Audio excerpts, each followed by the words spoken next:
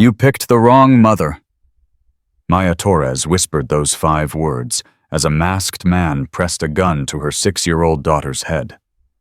63 parents watched in frozen terror. The gymnasium fell silent.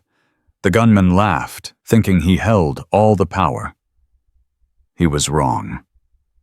In the next 3 seconds, Maya Torres, the quiet teacher's aide, who packed lunches and attended PTA meetings, would break his wrist, disarm him, and put him on the floor. Because the trembling young mother in the blue dress wasn't just a mother. She was Navy SEAL Team 6. Call sign Phantom. And she had just been activated. Maya Torres had spent 3 years building this invisible life. 3 years of early morning shifts at the elementary school. 3 years of packing Elena's lunch with handwritten notes that said, "Mommy loves you," and "You're my sunshine."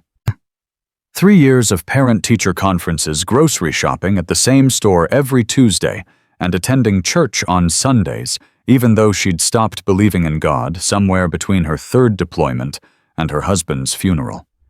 3 years of pretending she was nobody special. Tonight was supposed to be simple. Elena's first performance with the school choir. 6 songs, maybe 45 minutes, then ice cream at the diner down the street. Maya had even worn the blue dress Elena picked out for her, the one that made her look like a princess, according to her daughter. "Mommy, do I look okay?" Elena had asked in the car, fidgeting with her white blouse. "You look perfect, baby." "What if I forget the words, 'Then you hum. Nobody will notice'? Promise, promise." That was 90 minutes ago, before everything changed. The gymnasium was packed with families, folding chairs arranged in neat rows facing the small stage where 23 children stood in their Sunday best. Principal Martinez had welcomed everyone with his usual warmth.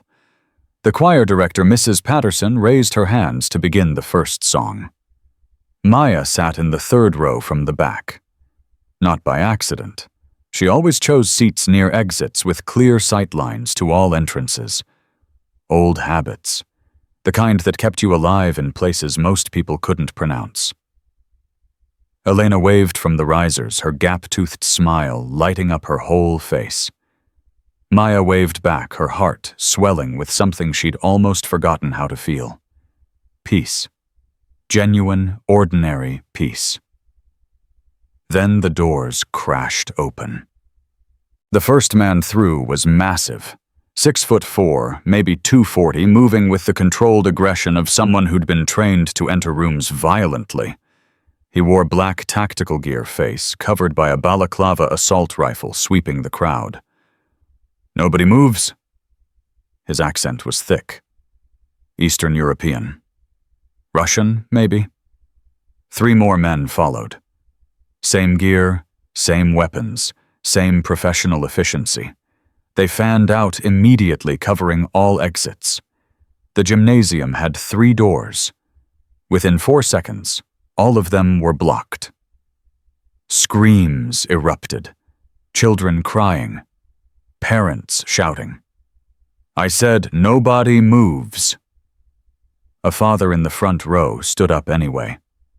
"What the hell is this? There are children here." The lead man crossed the distance in 3 strides and drove the butt of his rifle into the father's face. The crack of breaking bone silenced the room. The man crumpled, blood pouring from his shattered nose. His wife screamed and dropped to help him. "Anyone else want to be hero?" Nobody moved. On the risers, Elena had started crying. Maya could see her from across the room, her little shoulders shaking, tears streaming down her cheeks as she searched desperately for her mother. Maya wanted to call out to her. Every fiber of her being screamed to run to her daughter, to hold her, to tell her everything would be okay. But she didn't move. Because the woman who ran to comfort her crying child would draw attention, and attention right now could get them both killed. So Maya Torres did what she'd been trained to do. She became invisible. She shrank into her chair, made herself smaller, let her shoulders curl inward with fear. She let tears fall, real tears, because the terror wasn't an act. She was terrified. Just not for the reasons these men would assume. "My name is not important," the lead man announced, pacing in front of the stage. "What is important is that we are looking for someone. Someone in this room. Give us this person and everyone else goes home to their families tonight." Maya's blood turned to ice. They were here for her. She'd known this day might come. Had prepared for it, planned for it, lost sleep over it for 3 years. But knowing something intellectually and feeling it happen were two very different things. "Who?" Principal Martinez stepped forward, hands raised. Brave man. Stupid, but brave. "Who are you looking for? Maybe we can help." The lead man laughed. It was not a pleasant sound. "Maybe you can. We are looking for woman, young, late 20s. She would have arrived here in this town maybe 3 years ago. She would keep to herself. She would have military training." He paused, scanning the crowd. "She goes by different names. But her real name is not important either. What is important is what she took from us." Maya forced herself to breathe normally.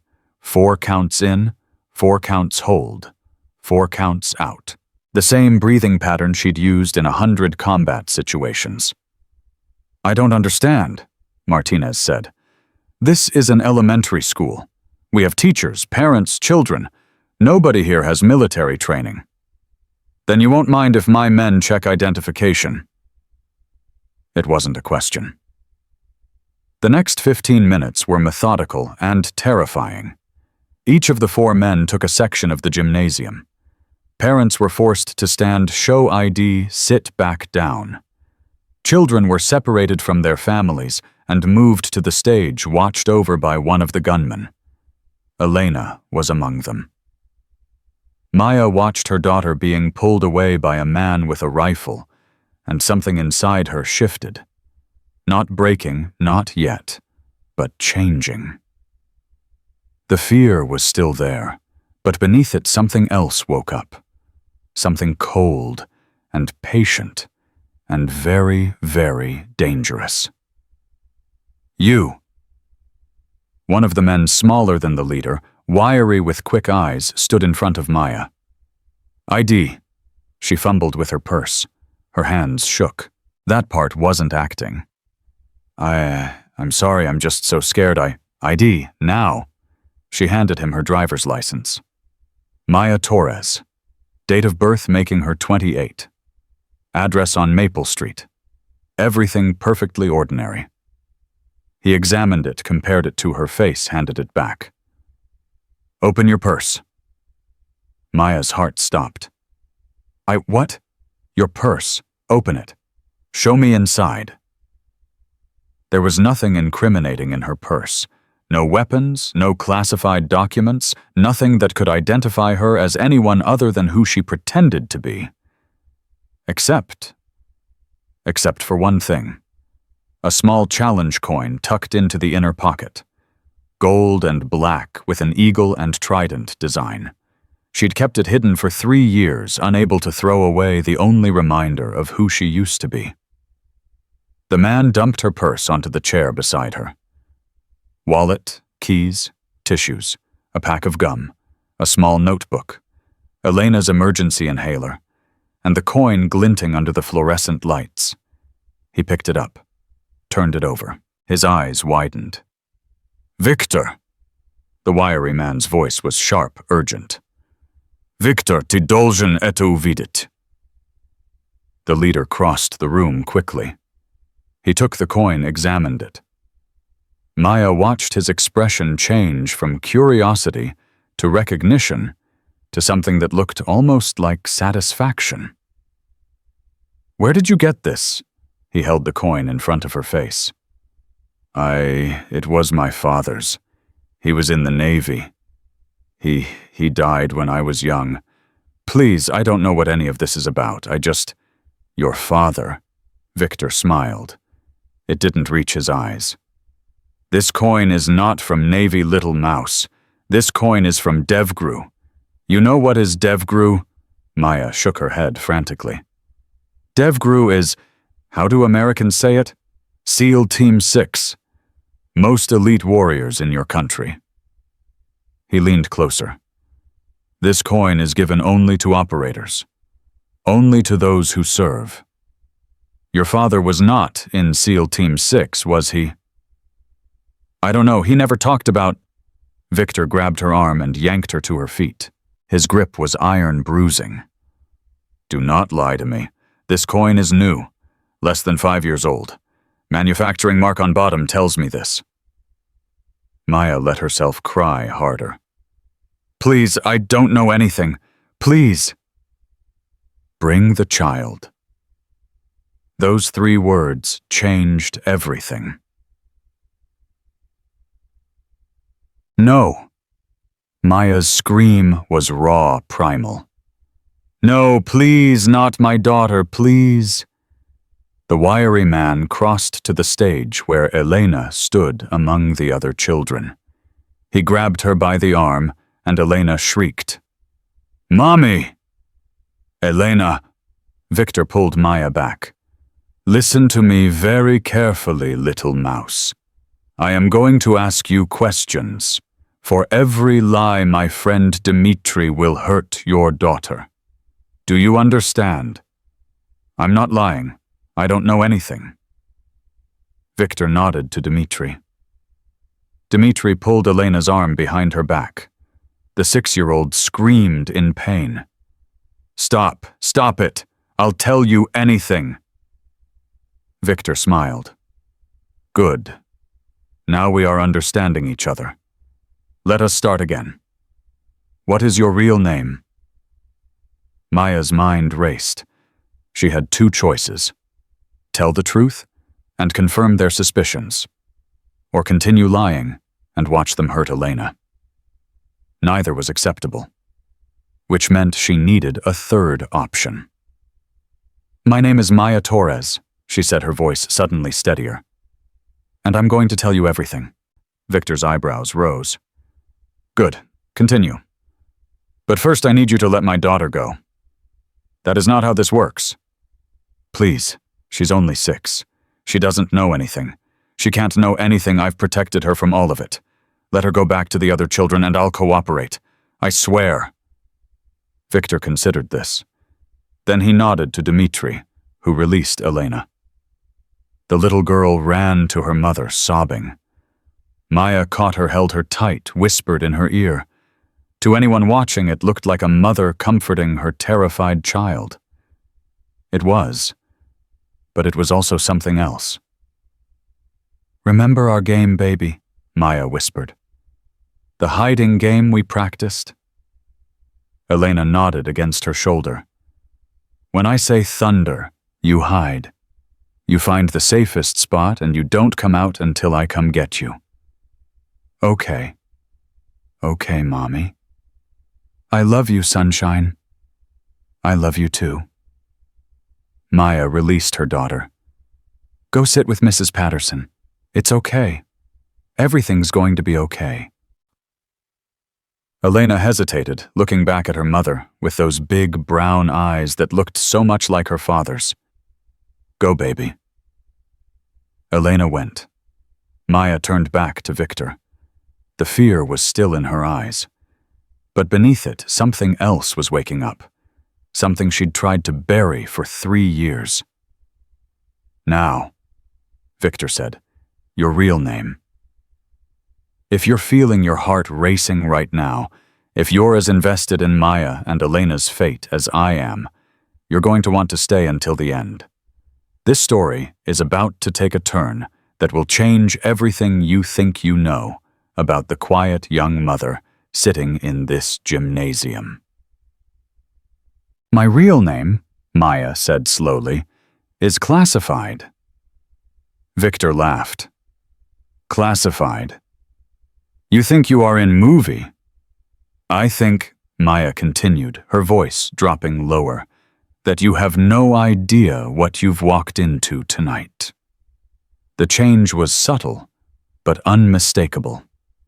Her shoulders shifted back, her chin lifted.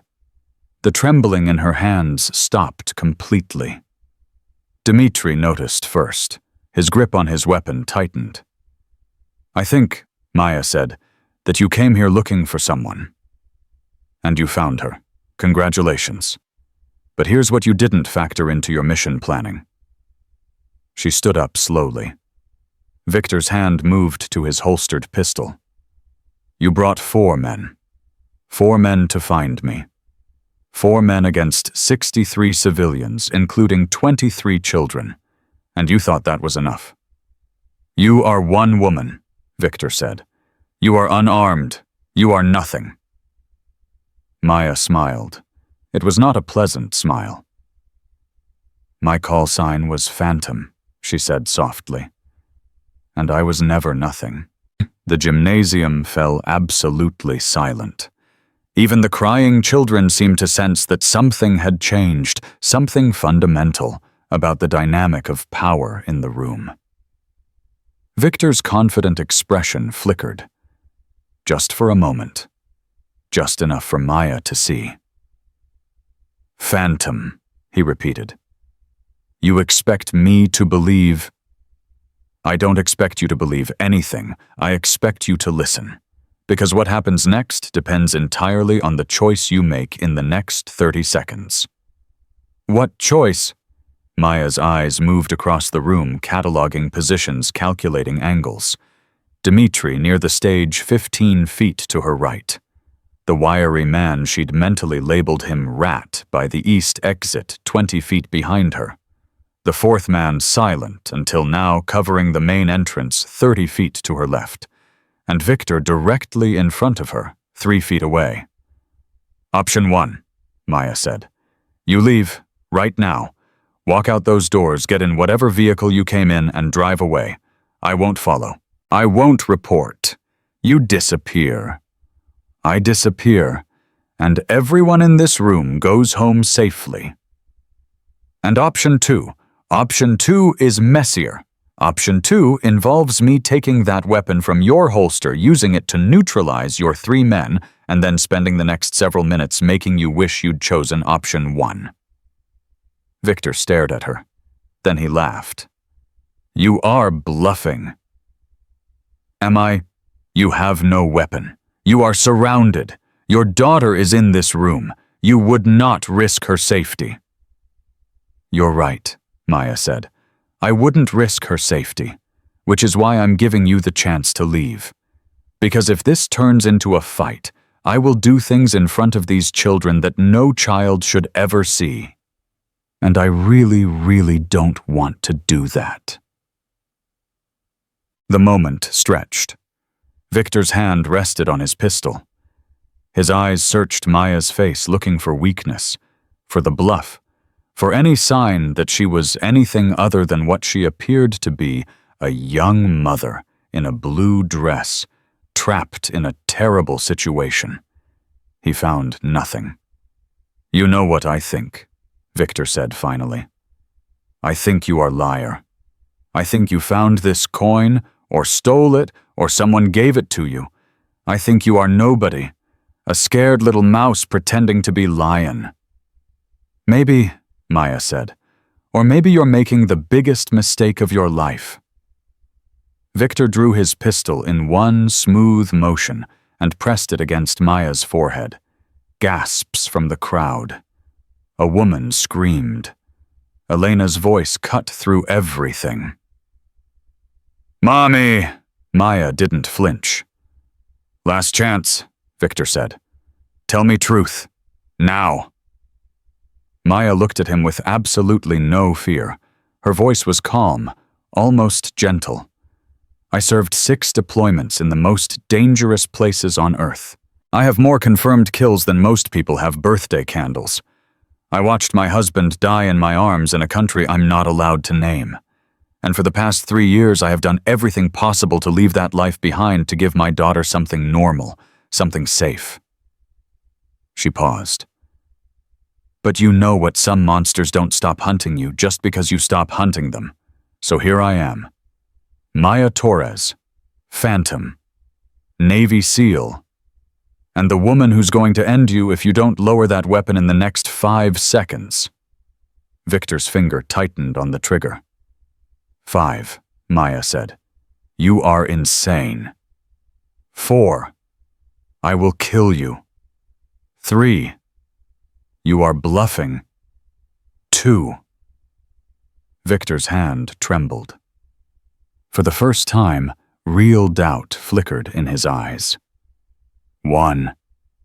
Victor didn't lower his weapon. Maya moved. Later witnesses would struggle to describe what they saw. Words like impossible and blur would come up repeatedly. One parent would say it was like watching water become lightning. Maya's left hand swept up, deflecting Victor's pistol toward the ceiling just as he pulled the trigger. The shot went wild, punching a hole in the gymnasium's acoustic tiles. Her right hand struck his throat with precision that came from years of training, disrupting his breathing, disrupting his balance. Before Victor could recover, Maya had stripped the pistol from his grip, rotated it, and driven the butt into his temple. He dropped. Total elapsed time, 1.4 seconds. 62 people in the gymnasium didn't understand what had just happened. 3 men with assault rifles understood perfectly. They opened fire. Maya was already moving. The blue dress billowed as she dove behind the nearest row of chairs, inadequate cover, but better than none. Bullets tore through the air where she'd been standing. Screams filled the gymnasium. Parents threw themselves over their children. Chaos. But chaos for someone trained to weaponize it was opportunity.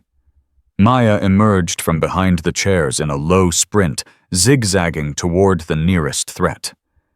Dmitri tried to track her, but she was moving too fast, using the panicked crowd for cover in ways that felt instinctive. She reached him before he could adjust his aim. A kick to his knee dropped his stance. Her elbow connected with his jaw. The rifle fell. Maya caught it, flipped it, used the stock as a club against the back of his head. Dmitri went down. The wiry man rat was smarter. He didn't try to shoot into the crowd. Instead, he made for the stage, heading toward the children. Heading toward Elena. Thunder. Maya's voice cut through the chaos like a blade. Elena, who had been standing frozen with terror among the other children, moved instantly. She dropped to her knees and crawled under the risers, disappearing into the shadows. The other children didn't understand, but they followed her lead. 23 small bodies scrambled for cover as Rat reached the stage. He found nothing but empty risers and frightened choir robes. Where? He never finished the sentence. Maya hit him from behind with a flying tackle that would have made a football player jealous. They went down together, crashing through a music stand. Maya landed on top, driving her knee into his solar plexus. His rifle clattered away. Maya pinned his arms with her knees, raised Victor's pistol, and pressed it against his forehead. Where's the 4th man? Go to hell! I've been there. Didn't like the food. She pressed harder. Where is he? Behind you. Maya spun, raising the pistol. The 4th man was 5 feet away, his rifle leveled at her head. At this distance, even she couldn't move fast enough. Drop it, he ordered. Maya hesitated. She could see Elena's hiding spot from here. If she died, Elena would be alone, orphaned, left to these monsters. She couldn't let that happen. Okay, she said, beginning to lower the weapon. Okay, The shot came from nowhere. The 4th man's weapon jerked sideways as a bullet struck his shoulder. He screamed and spun, giving Maya the opening she needed. She was on him in an instant, stripping the rifle, driving him to the ground. A knee to the face ended his resistance. Maya looked toward the source of the shot and saw something that made her heart stop. Marcus Webb, 83 years old, Korean War veteran, standing in the back of the gymnasium with a small revolver in his shaking hands. The gun he kept in his glove compartment, the one his wife always complained about. "That's for the 38th parallel," the old man said. "And for whatever the hell you did to earn that coin, young lady." The gymnasium was suddenly impossibly quiet. 4 men lay unconscious or disabled on the floor. Victor was starting to stir, groaning. The civilians were emerging from their hiding spots, shell-shocked, but alive.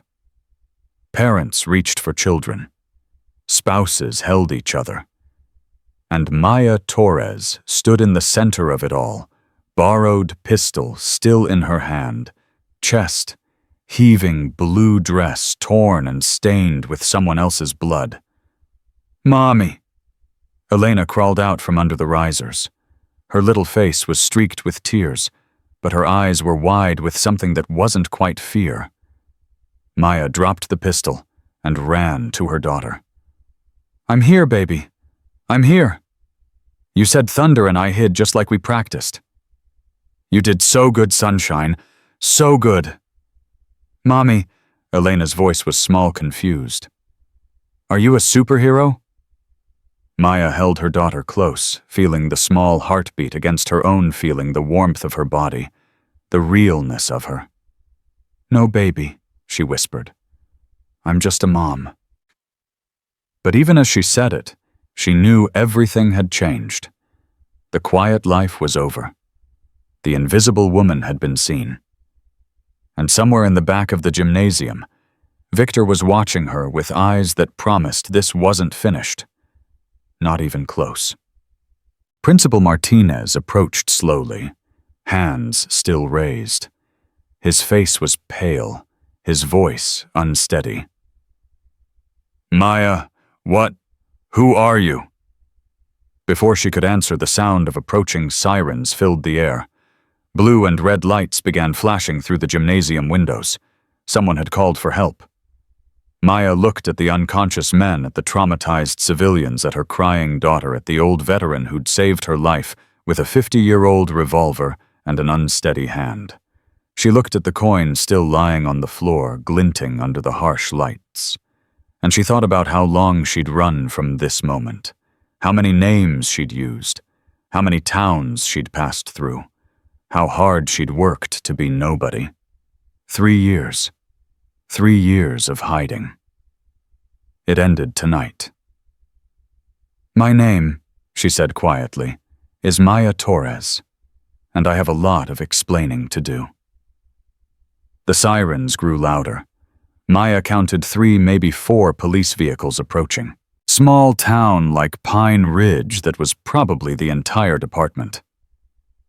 Victor coughed and rolled onto his side. Blood trickled from the gash on his temple where Maya had struck him. His eyes found hers across the gymnasium floor. "This is not over," he said quietly. "You know this. Stay down. They will come for you. More of them. Better than us." I said stay down. Victor laughed, a wet sound that made several parents pull their children closer. "You think hiding in small town makes you safe? You think changing name, working at school, playing mother makes you invisible?" Maya's jaw tightened. "How did you find me?" "Does not matter. What matters is we found you.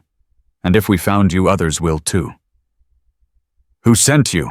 Victor smiled through bloody teeth. "You already know who." The gymnasium doors burst open. 4 police officers rushed in, weapons drawn, shouting commands that blurred together in the chaos. Maya raised her hands immediately, letting Victor's pistol clatter to the floor. "On the ground! Everyone on the ground! Officer, wait!" Principal Martinez stepped forward. She saved us. She's the one who... I said on the ground." Maya dropped to her knees, then flat on her stomach, hands behind her head. She'd been through this before. Compliance was survival. Elena screamed and tried to run to her mother, but Sarah Chen caught her, held her back. Mommy, it's okay, baby. It's okay. Do what the nice officers say." "But Mommy," Elena, listen to me. Maya's voice was calm, despite her position on the cold floor. I need you to be brave. Can you do that for me? Elena nodded, tears streaming down her face. That's my girl. The next 20 minutes were controlled chaos. Officers secured the 4 unconscious men, called for ambulances, began taking statements from traumatized witnesses. Maya remained on the floor until a young deputy approached her cautiously. Ma'am, you can get up now. We need to ask you some questions. Maya rose slowly. Her dress was ruined, her knees scraped from the floor. She looked nothing like the woman who had walked into this gymnasium 2 hours ago. She looked like what she was. A warrior. Where's Sheriff Patterson? She asked. On his way. How do you know the sheriff? I don't, but he's going to want to handle this personally. The deputy frowned. Ma'am, what exactly happened here tonight?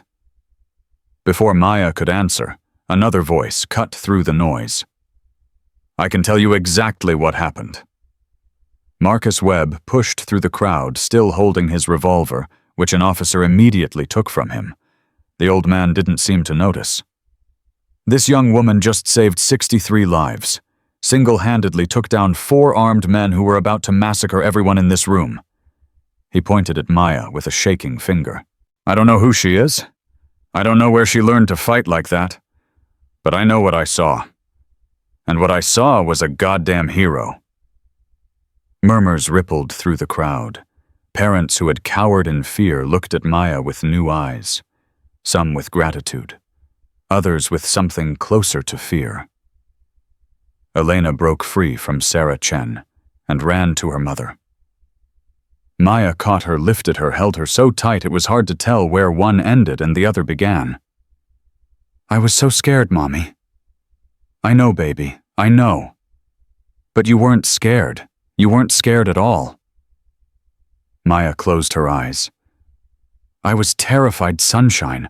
I was more scared than I've ever been in my life. Then how did you do all that? Because being scared doesn't mean you can't be brave. Sometimes the bravest thing you can do is be scared and do it anyway. Sheriff Tom Patterson arrived 12 minutes later. He was a big man, 6'2", with a gray mustache, and the weathered face of someone who'd spent 30 years keeping a small town safe. He took one look at the scene, and his expression shifted from confusion to something sharper. Clear the room, he ordered. Everyone except the suspects and the woman in the blue dress. Sheriff, I know what she is, Deputy. I got a call on the way over. Clear the room. Parents and children were ushered out through the main entrance. Elena clung to Maya, refusing to leave. She stays with me, Maya said. It wasn't a request. Patterson studied her for a long moment, then nodded. The child stays. When the gymnasium was empty, except for Maya Elena Patterson and his deputies, watching the restrained attackers, the sheriff pulled up a folding chair and sat down heavily. Mind telling me why I just got a call from the Department of Defense asking me not to arrest you? Maya didn't flinch. It's complicated. Uncomplicated. I can't, not all of it, not here. Patterson leaned forward. Lady, you just hospitalized 4 men in front of 60 witnesses. The way I hear it, you moved like something out of a movie. That kind of thing doesn't stay quiet. I'm going to have reporters here within the hour. So you better give me something, or I'm going to have to treat you like the suspect you appear to be. Maya looked at Elena, then back at the sheriff. Can we speak privately? Anything you say to me, you can say in front of my deputies. No, I really can't. Patterson's eyes narrowed. He jerked his head at his men. Give us the room. Keep the suspect secured outside. When they were alone, Maya sat down across from the sheriff, Elena still in her lap.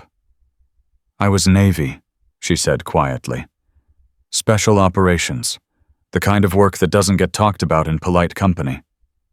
SEALs, Team 6, 8 years, 6 deployments. I was discharged 3 years ago after a mission went wrong. Very wrong. Patterson whistled low. That explains the fighting. Doesn't explain why 4 armed men just tried to take you in front of a room full of children. That mission I mentioned. We destroyed a weapons network. International arms dealers trafficking everything from assault rifles to chemical weapons. We thought we shut it down. Apparently we didn't. And these men, part of the network, or hired by what's left of it. Maya's voice hardened. They've been hunting me for 3 years. I've been running for 3 years. I thought I was far enough, hidden deep enough.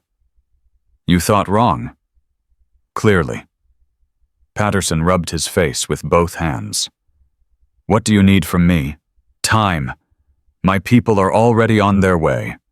They'll take the prisoners, handle the cleanup, make sure this doesn't become a national news story. Your people who owe me favors, people who want to find these arms dealers as badly as I do. And if I don't cooperate? Maya met his eyes. Sheriff, you seem like a good man. I'm not going to threaten you. I'm going to be honest. If this story gets out, if my face ends up on the news, more people will come. More people will die. Not just me, not just Elena. Everyone in this town who might know something about me. The woman I work with at the school, the family across the street, the old man who shot one of them to save my life. She paused. I'm not asking you to break the law. I'm asking you to save lives. Patterson was quiet for a long moment. Then he stood. I'm going to step outside and make some calls. When I come back, I expect more answers. You'll have them. The sheriff walked out, leaving Maya alone with her daughter in the empty gymnasium. The silence was deafening. Mommy. Elena's voice was small. Yes, baby. Are we going to have to move again? The question hit Maya like a physical blow.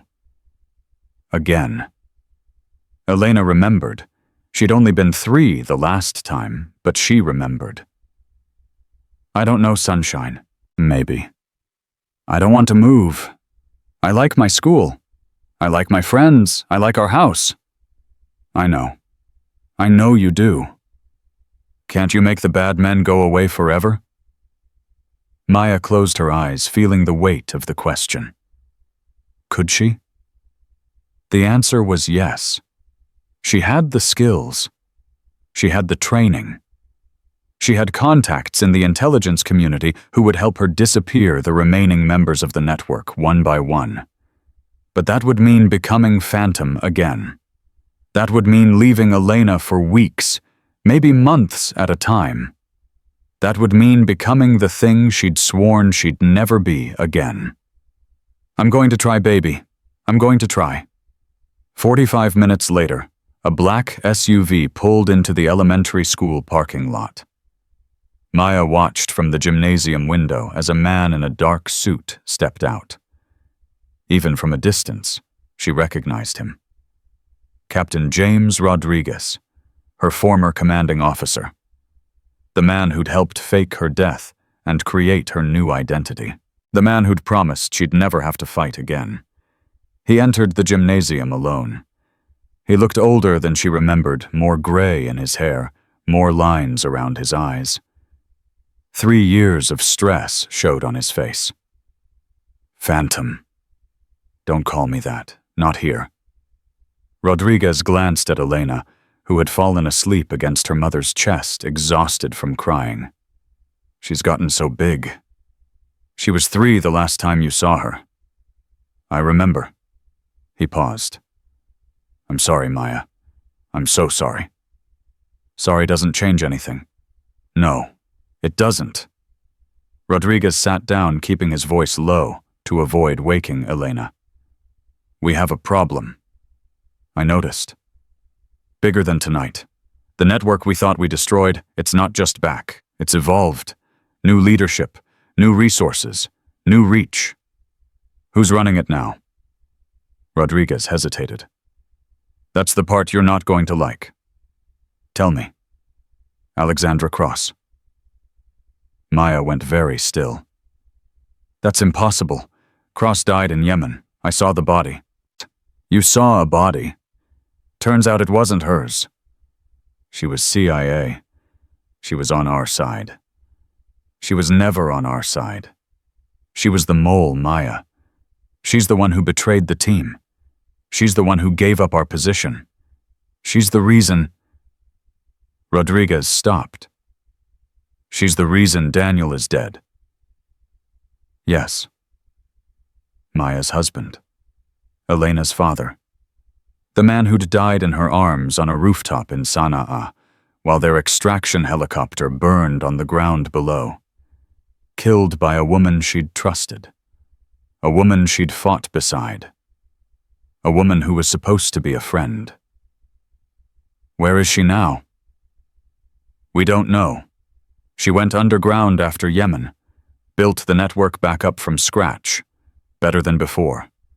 International reach, government contacts on 4 continents. And tonight, these men, they were expendable, meant to confirm your location and report back. Cross didn't expect them to actually capture you. Then she underestimated me. She won't make that mistake twice. Elena stirred in Maya's arms, her eyes fluttering open. Mommy, who's that man? An old friend, baby. Go back to sleep. Is he a good guy or a bad guy? Rodriguez smiled sadly. I'm trying to be a good guy, sweetheart. Elena studied him with the unnerving perception of a child. You look sad. I am sad, but seeing you and your mommy safe makes me feel better.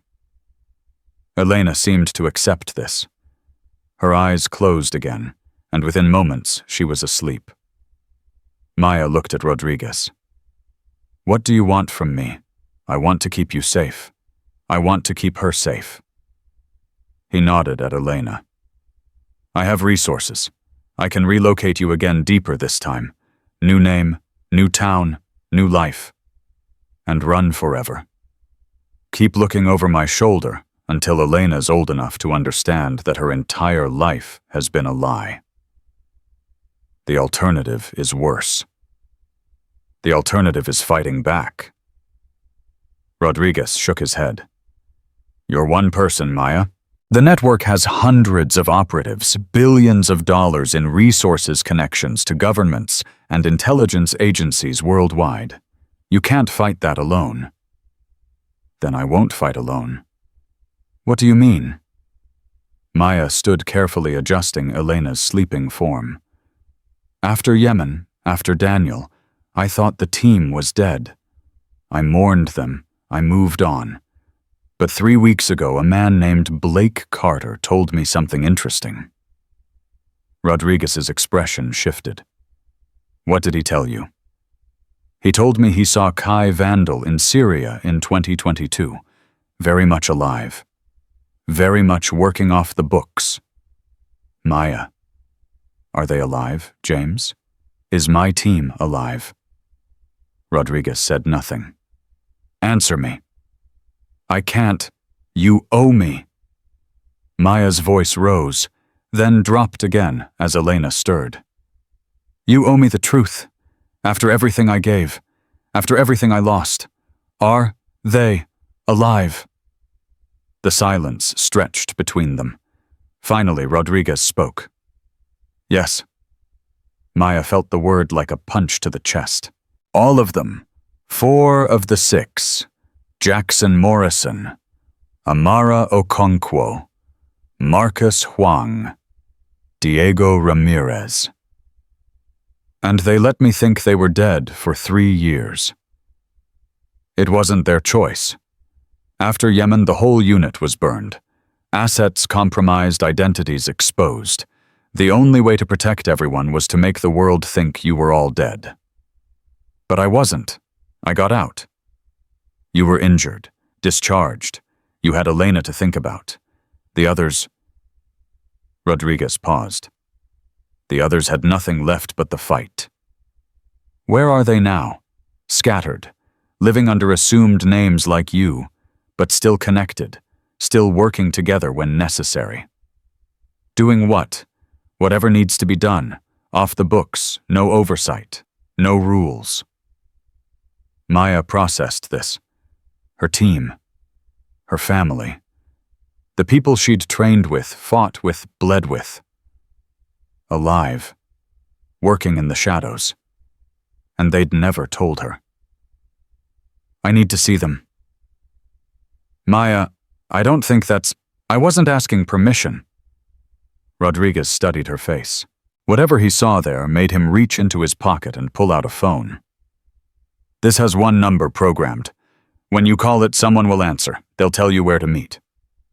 Maya took the phone. How do I know this isn't a trap? You don't. But you know me. And you know I would never do anything to put Elena at risk.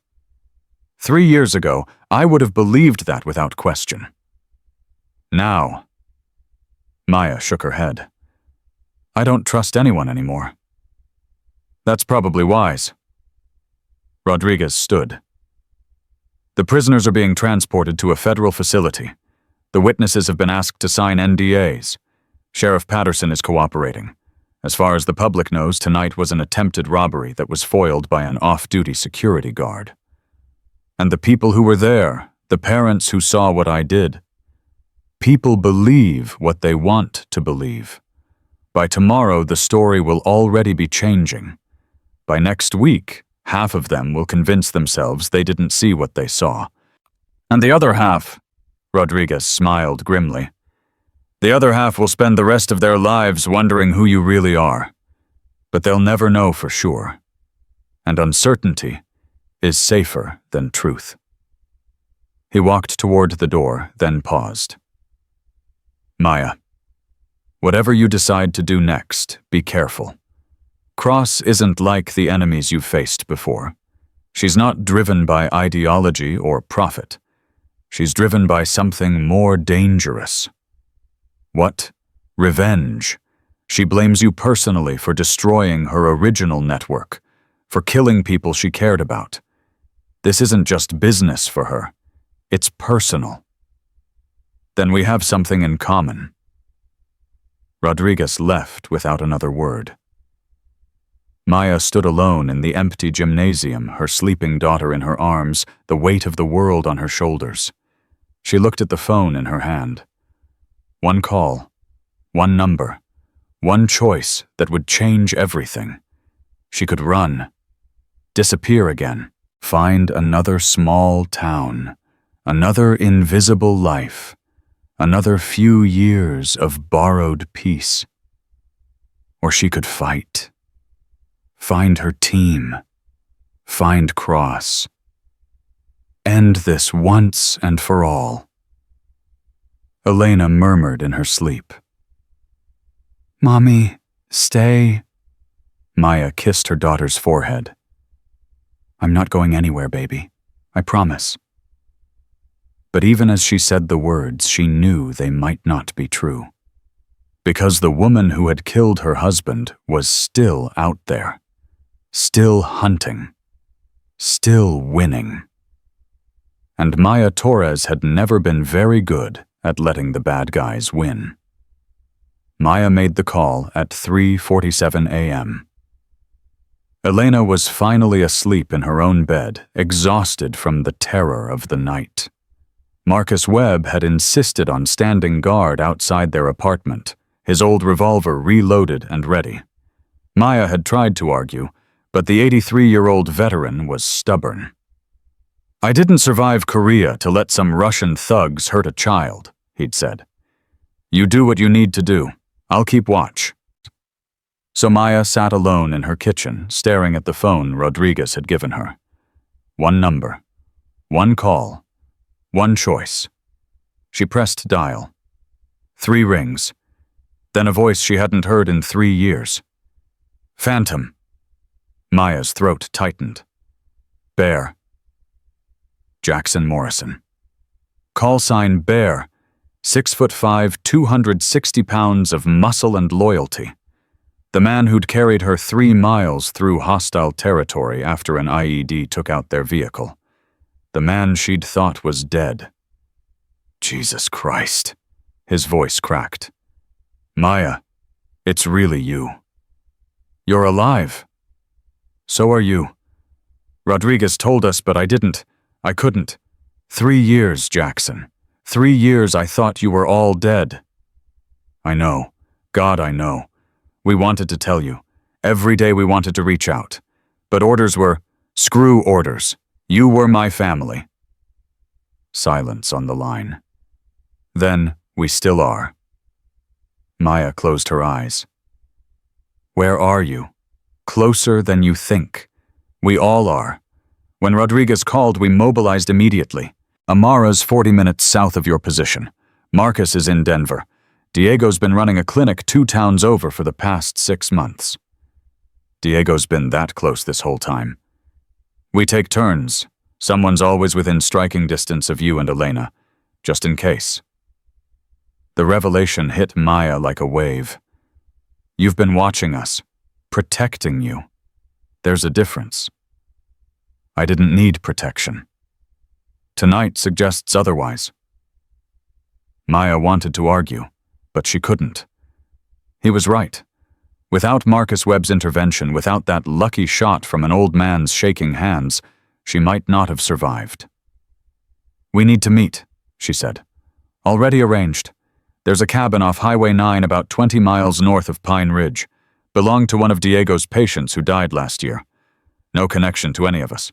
Can you get there by sunrise? Elena. Sarah Chen offered to watch her. Rodriguez cleared it. She'll be safe. Maya hesitated. Leaving Elena even for a few hours felt impossible after tonight. Maya. Bear's voice softened. I know what you're thinking, but you can't protect her if Cross gets to you first. We need to plan. We need to coordinate. We need to end this. Since when did you become the strategist? Since you left, and someone had to step up. Despite everything, Maya almost smiled. Sunrise, Highway 9. I'll be there. Copy that, Phantom. And Maya. Yeah, it's good to hear your voice again. We missed you. All of us. The line went dead. Maya sat in the darkness for a long moment, processing. Her team was alive. They'd been watching over her for 3 years. And now finally they were coming home. She checked on Elena one more time, kissed her sleeping daughter's forehead, and began preparing for the meeting that would change everything. The cabin was exactly where Bear had said it would be. Maya arrived at 5:52 a.m., 8 minutes before sunrise. She'd taken a circuitous route, doubling back twice, watching for tails. Old habits. A pickup truck was already parked outside. Colorado plates. Nothing distinctive. Maya approached the door with her hand on the pistol she'd retrieved from her hidden cache at home. She hadn't held a weapon in 3 years. It felt like coming home. The door opened before she could knock. And there he was. Jackson Morrison looked older, harder. His hair was shorter than she remembered, flecked with gray despite being only 32. But his eyes were the same. Warm. Loyal. The eyes of a brother. Phantom. Bear. He pulled her into a hug so tight it squeezed the air from her lungs. Maya let herself be held just for a moment. Just long enough to remember what it felt like to have someone at her back. You look good, he said, pulling back to study her face. Civilian life suits you. It suited me, past tense. Yeah, I heard about last night. 4 hostiles all neutralized in under 2 minutes. Not bad for a retired teacher's aide. I had help. An 83-year-old Korean war vet with a revolver. Bear laughed.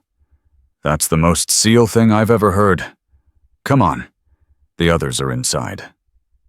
The cabin's main room was small but functional, and sitting around a worn wooden table were faces Maya had mourned for 3 years. Amara Okonkwo. Call sign Viper. The best sniper Maya had ever worked with. Still beautiful, still deadly with the same quiet intensity that had made her legendary in the teams. Marcus Huang, call sign Tech, their communications specialist. Smaller than the others, but twice as smart. He'd once hacked into a Chinese military satellite using a laptop and a cell phone. Diego Ramirez, call sign Shadow, the team medic. Gentle hands that could heal or kill with equal precision. He looked tired, older than his 31 years. 4 faces. 4 ghosts. 4 pieces of a family she'd thought was lost forever. Maya. Amara stood first, crossing the room in 3 long strides.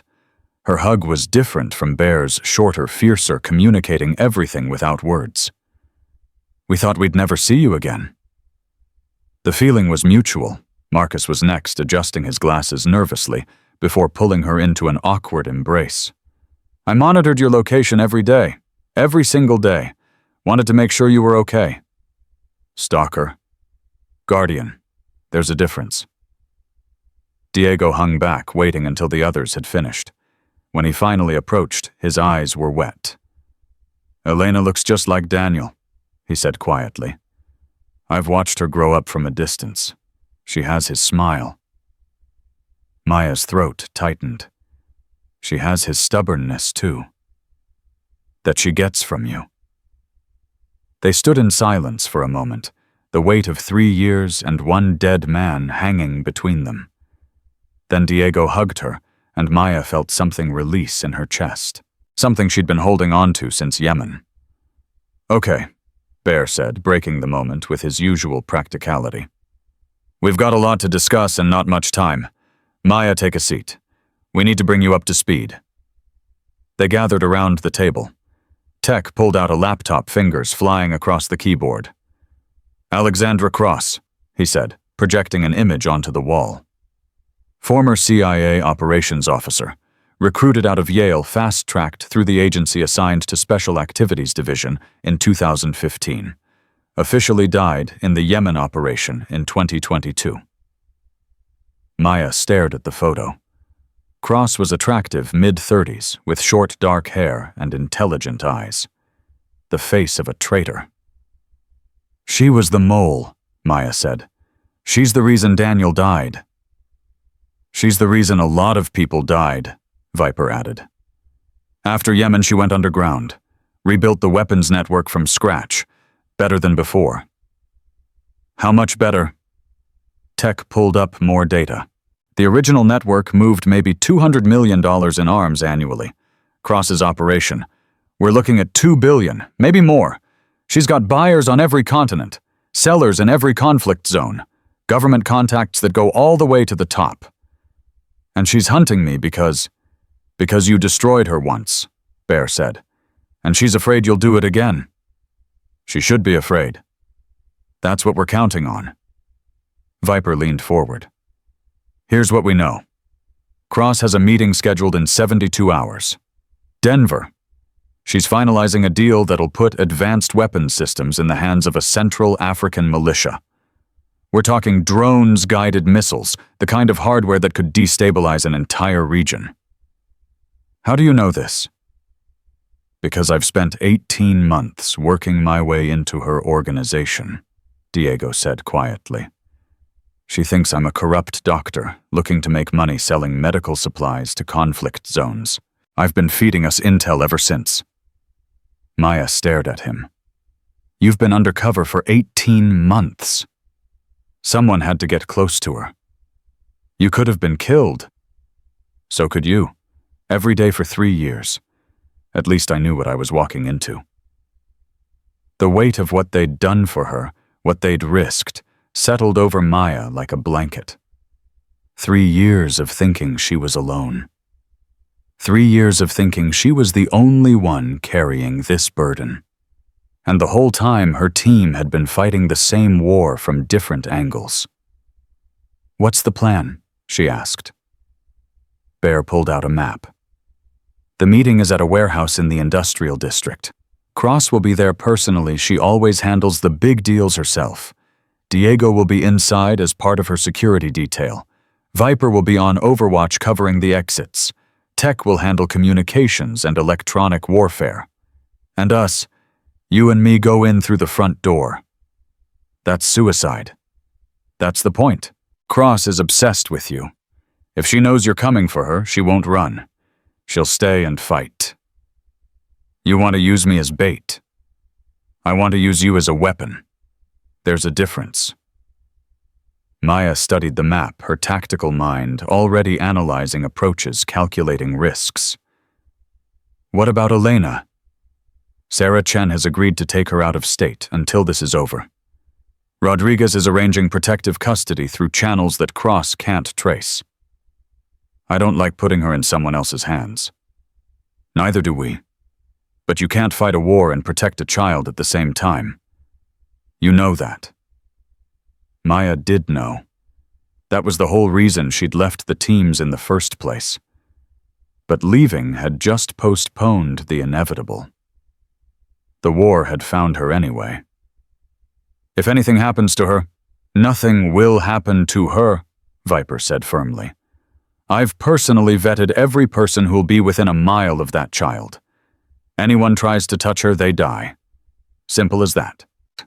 Cross has resources. Cross has resources, but she doesn't have us.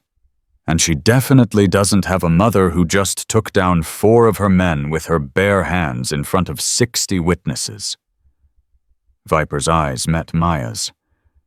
You scared her last night, Maya. For the first time since Yemen, Alexandra Cross is scared. We need to capitalize on that. Tech's laptop beeped. He frowned, fingers flying across the keyboard. We've got a problem. What kind of problem? Cross just moved up her timeline. The meeting's not in 72 hours. It's in 24. The room went silent. She knows, Bear said quietly. She knows we're coming. How? Maya demanded. Who else knew about this meeting? No one. Just us and Rodriguez. Then we have another mole. Tech was already working. I'm running diagnostics on all our communication channels. If there's a leak, I'll find it. We don't have time for diagnostics, Viper said. If the meeting's in 24 hours, we need to move now. Move where we don't even know if the location's changed. It hasn't, Diego said, checking his phone. I just got a message from Cross's security chief. Same warehouse. They're just accelerating the schedule. Why would she keep the location but move up the time? Maya's blood went cold as the answer hit her. Because it's a trap. She's not running. She's setting up an ambush. Then we don't go. No. We go anyway. Everyone looked at Maya. Think about it, she said.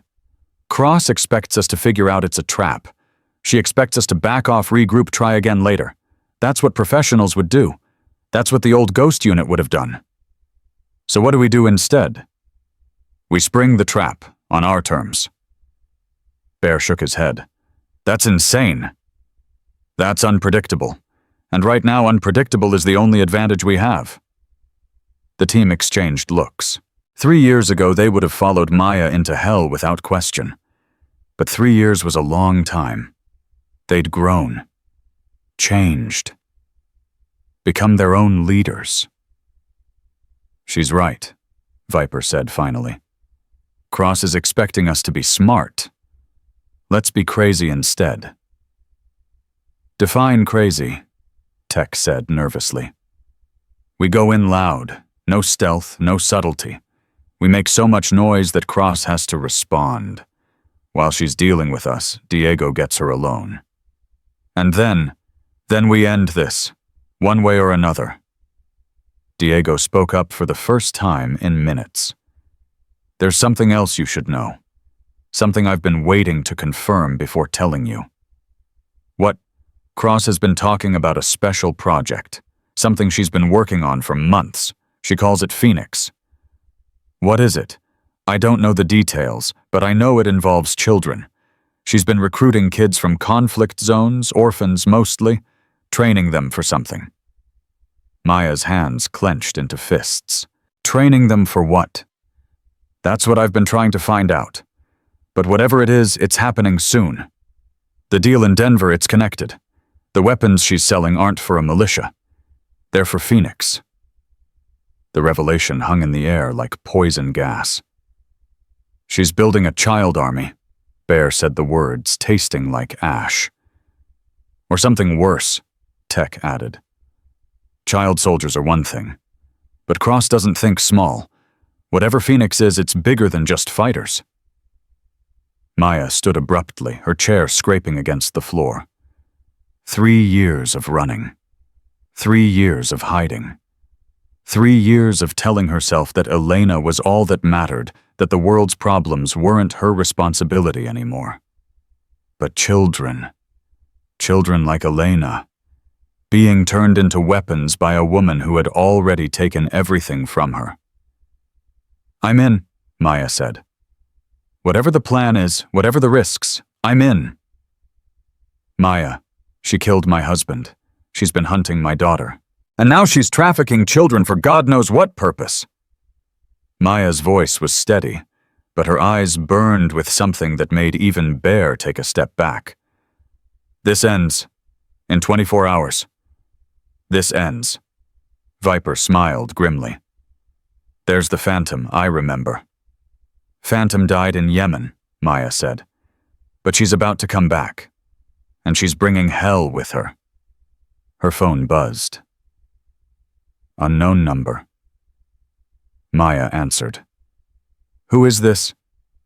"Hello, Maya." The voice made her blood freeze. Feminine, cultured, familiar. "I've been waiting a long time to have this conversation," Alexandra Cross said. "How did you get this number? The same way I knew you'd survive last night. The same way I've known where you were for the past 6 months." Cross paused. "Did you really think I didn't know about Pine Ridge, about the elementary school, about that adorable apartment on Maple Street?" Maya's grip on the phone tightened until her knuckles went white. The team crowded around her trying to hear. "If you touch my daughter..." "I have no interest in your daughter, not yet. Right now I'm interested in you." "What do you want?" "What I've always wanted. A conversation. Face to face. Without your attack dogs listening in. I don't negotiate with murderers. Is that what you think I am? A murderer?" Cross laughed softly. "Maya, you and I have the same kill count. Probably I have fewer, actually. The only difference is who we killed and why. You killed Daniel. Daniel was collateral damage. Unfortunate but necessary. He was getting too close to the truth." "What truth?" "The truth about who really runs the world. About what your precious Navy was really doing in Yemen. About why your entire team had to be erased from existence." Cross's voice hardened. "You think I'm the villain. You have no idea what you were working for. No idea what you helped cover up. You're lying." "Am I? Ask your friend Rodriguez. Ask him about Operation Blackwater. Ask him what really happened to the weapons your team was sent to destroy. Then ask yourself why the Navy declared you all dead the moment the mission went sideways." Maya's mind raced. Cross was a manipulator. Everything she said was calculated to confuse, to divide, to weaken. But there was something in her voice, something that sounded almost like truth. "Meet me," Cross said. "Tonight, alone. I'll tell you everything, and then you can decide for yourself who the real enemy is." "Why would I trust anything you say? Because I have something you want, something more valuable than revenge." "What? Proof of what I'm telling you. Documents, recordings, everything you need to understand why your husband really died." Cross paused. "I didn't kill Daniel, Maya. The Navy did. I just didn't stop them." The line went dead. Maya stared at the phone, her heart pounding. "What did she say?" Bear demanded. "She wants to meet, tonight. She says she has proof that the Navy killed Daniel, that we were set up from the beginning. It's a trap, obviously. So we don't go. No. Maya looked at her team, her family, the only people in the world she trusted completely. I go. Alone. Just like she asked. Absolutely not. She has information. Even if it's partial, even if it's twisted, there might be something useful, something we can use against her. Or she kills you the moment you show up. Then you'll know where to find her. Bear grabbed her shoulders. Maya, stop. Think about Elena. Think about what happens to her if you don't come back from this. I am thinking about Elena. I'm thinking about what kind of world she grows up in if Cross succeeds. I'm thinking about those children in Phoenix, whatever that means. I'm thinking about every family that gets destroyed because I was too scared to take a risk. This isn't about fear. This is about being smart. Smart got Daniel killed. Smart kept me running for 3 years. Smart means Cross wins. Maya pulled away from Bear's grip. I'm done being smart. I'm ready to be dangerous. She headed for the door. Maya? She stopped, hand on the handle. At least let us provide backup. Viper on Overwatch. Tech on comms. Something. Maya considered it, then nodded. Fine, but you stay invisible. If Cross sees anyone else, she disappears, and we lose our only chance to end this. Understood. Maya opened the door, then paused. If I don't come back, make sure Elena knows I loved her. More than anything. More than my own life. You'll tell her yourself, Bear said firmly. Because you're coming back. That's an order. You can't give me orders anymore. I'm retired. Then consider it a request. From your family. Maya looked back at them. 4 people who'd risked everything to protect her. 4 people who'd never stopped fighting even when she'd tried to stop herself. I'll see you on the other side, she said. And she walked out into the dawn toward a meeting with the woman who had destroyed her life. Toward the truth. Toward war. The meeting location was an abandoned church on the outskirts of Denver. Maya arrived at 9 p.m., exactly when Cross had specified in her follow-up text. The irony wasn't lost on her. A place of sanctuary turned into a battlefield. Viper, you in position, Maya whispered into her earpiece. 300 meters south. I've got eyes on the main entrance and both side doors. No movement so far. Tech, reading you loud and clear. I've got satellite coverage and thermal imaging. The building shows 1 heat signature inside. Looks like Cross came alone. Or she's got people who know how to mask their signatures. Also possible. Stay sharp. Maya approached the front door. Her hand rested on the pistol at her hip, but she didn't draw it. Not yet. Cross had asked for a conversation. Maya would give her one, right up until the moment she put a bullet in her head. The door was unlocked. Maya pushed it open and stepped inside. Cross was waiting in what had once been the main sanctuary. She stood near the altar hands, visible no weapons in sight. She wore a simple black dress and heels, looking more like a corporate executive than an international arms dealer. You came, Cross said. I wasn't sure you would. I'm here for answers, not small talk. Straight to business. I always admired that about you, Maya. No games, no politics, just action. Cross smiled. Please come closer. I promise I'm not armed. Forgive me if I don't take your word for it. Fair enough. But if I wanted you dead, you would have been dead long before tonight. The men I sent to that school weren't meant to kill you. They were meant to confirm your location and flush you out of hiding. They threatened my daughter. They exceeded their orders, a mistake they paid for quite severely from what I understand. Maya moved closer, keeping her hand near her weapon. You said you have proof. About Daniel. About Yemen. I do. But first I want you to understand something. Cross reached into her pocket, slowly pulling out a small flash drive. Everything you think you know about that mission is wrong. Everything you think you know about me is wrong. You were the mole. You betrayed us. I was the scapegoat. There's a difference. Cross set the flash drive on a broken pew between them. The real mole was much higher up the chain, someone with enough power to rewrite history to declare an entire SEAL team dead to create new identities for some while hunting others into extinction. Who? Admiral James Morrison. Maya's heart stopped. That's impossible.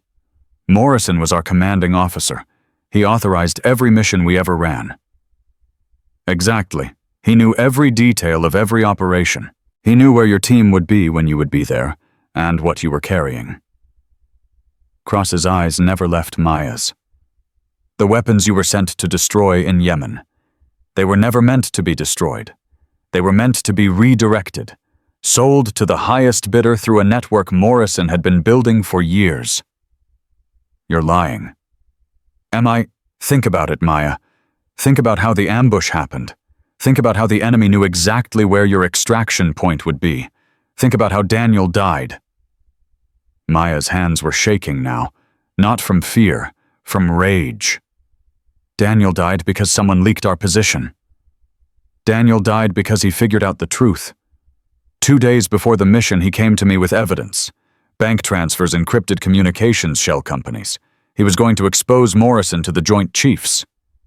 And you killed him to protect your partner. I tried to save him. Cross's composure cracked for the first time. I told him to wait to gather more evidence to let me handle Morrison from the inside.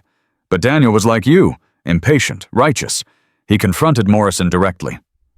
You're saying Morrison ordered the hit on his own team. I'm saying Morrison decided that 6 dead SEALs were an acceptable price for a $2 billion weapons empire. He sold you out, Maya, all of you. And then he pinned the blame on me. Maya stared at Cross, searching for the lie, the manipulation, the angle. But all she saw was a woman who looked exhausted, haunted, not the monster she'd been hunting for 3 years. The flash drive, Cross said. Everything I'm telling you is on there. Bank records, communications, Morrison's signature on documents that should never have existed. I've spent 3 years gathering this evidence. 3 years preparing for this moment. Why tell me any of this? Because I need your help. Maya almost laughed. You need my help. You've been hunting me for 3 years. I've been protecting you for 3 years. The men who came to your school, they weren't mine. They were Morrison's. He's been trying to eliminate you since Yemen. I've been running interference, feeding him false information, keeping him 1 step behind. That doesn't make any sense. It makes perfect sense when you understand what Morrison fears. He's not afraid of me. I'm a ghost, a convenient scapegoat. He's afraid of you, of your team, of what happens if you ever figure out the truth and decide to come for him. Maya's earpiece crackled. Maya, we've got movement. 3 vehicles approaching from the north. Texts saying at least 12 hostiles. Cross heard it too. Her expression shifted. That's not mine. Then whose is it? Morrison's. He must have tracked one of us here. Cross moved toward a side door. We need to go, now. I'm not going anywhere with you. Then you die here and Morrison wins. Your choice. The front doors exploded inward. Gunfire erupted. Maya dove behind a pillar as bullets chewed through the space where she'd been standing. Contact, contact, Viper's voice in her ear. I'm engaging, but there are too many. You need to extract now. Maya returned fire, dropping 2 of the attackers before they could take cover. Cross had produced a weapon from somewhere and was firing from the opposite side of the sanctuary. Back door, Cross shouted. There's a tunnel in the basement. Old Prohibition smuggling route. It'll take us to the street. How do I know this isn't a trap? If I wanted you dead, I'd let these men do it for me. More attackers poured through the entrance. Maya's magazine ran dry. She ejected it, slammed in a fresh one, and kept firing. Maya, go! Viper's voice was urgent. I'll cover you. Get to that tunnel. Maya made a split-second decision. She broke from cover and sprinted toward Cross, who was already disappearing through a door near the altar. Bullets snapped past her head, close enough to feel the wind of their passage. She made it through the door and found stairs leading down. Cross was already halfway to the bottom. Move! Cross shouted. Maya followed, taking the stairs 3 at a time. Behind her, she heard the attackers reaching the door, their shouts echoing in the stairwell. The basement was dark, cluttered with old furniture and forgotten relics.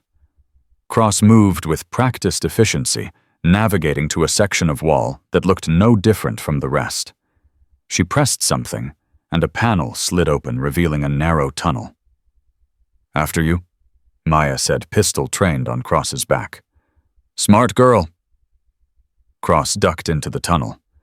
Maya followed, pulling the panel closed behind them. The tunnel was barely wide enough for one person. They moved in single file, Cross leading Maya's weapon, never wavering from the back of her head. You know, Cross said as they ran, I didn't expect you to trust me. I don't trust you. I'm just not ready to die yet. Good enough for now. The tunnel stretched for what felt like forever. Finally, Cross pushed open another panel, and they emerged into an alley behind a row of warehouses. My car is 2 blocks east, Cross said. We can freeze. Maya spun. 3 men had appeared at the mouth of the alley, weapons raised. Morrison's men. Cross reacted faster than Maya expected. She drew a second weapon and fired 3 times in rapid succession. All 3 men dropped. You're welcome, Cross said. Now can we please get moving? They ran. Maya's legs burned, her lungs ached, but she pushed through. 3 years of civilian life had softened her. She made a mental note to start training again, if she survived. Cross's car was where she'd said it would be. A black sedan, nothing memorable. They piled in, Cross behind the wheel. The engine roared to life, and they tore out of the parking lot just as more headlights appeared behind them. They're following us, Maya said, checking the mirror. I know, hold on. Cross drove like a professional. Tight turns, sudden accelerations, using the Denver streets like a maze.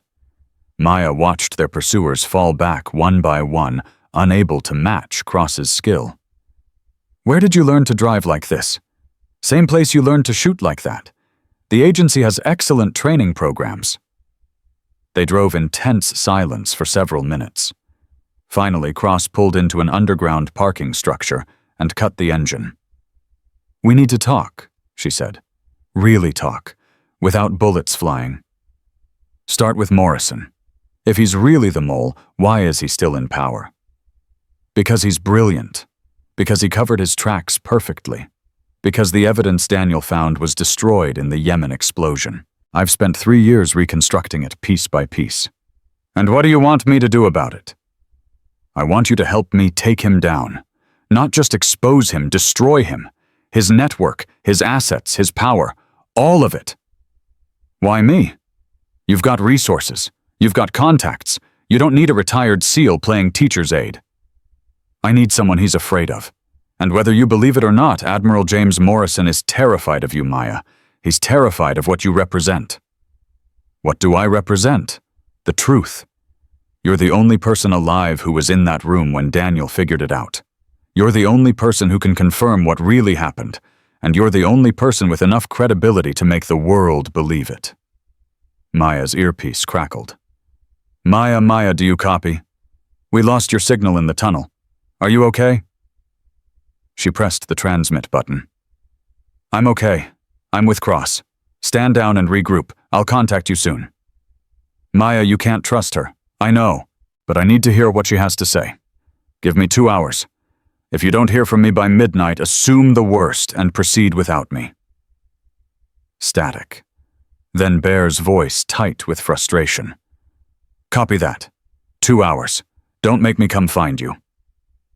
Maya turned back to Cross. 2 hours. Talk. Cross nodded. She pulled out a laptop and opened a series of files. Documents, photographs, audio recordings. Evidence that painted a picture Maya didn't want to believe but couldn't ignore. Admiral James Morrison had been running an illegal weapons operation for over a decade. He'd used SEAL teams as unwitting couriers, sending them on missions that served his private agenda rather than national security. When teams got too close to the truth, they were eliminated. Accidents, ambushes, convenient deaths that never raised suspicion. Ghost Unit 7 wasn't the first team Morrison had sacrificed. They were the 7th. These other units, Maya said, her voice hollow. Did any of them survive? A few members here and there. Most were killed. The survivors were either silenced or so traumatized they couldn't threaten him. Why did we survive? Why didn't he finish us off in Yemen? Because of me. I falsified the after-action report. I told Morrison all 6 of you were confirmed dead. He believed it because he wanted to believe it.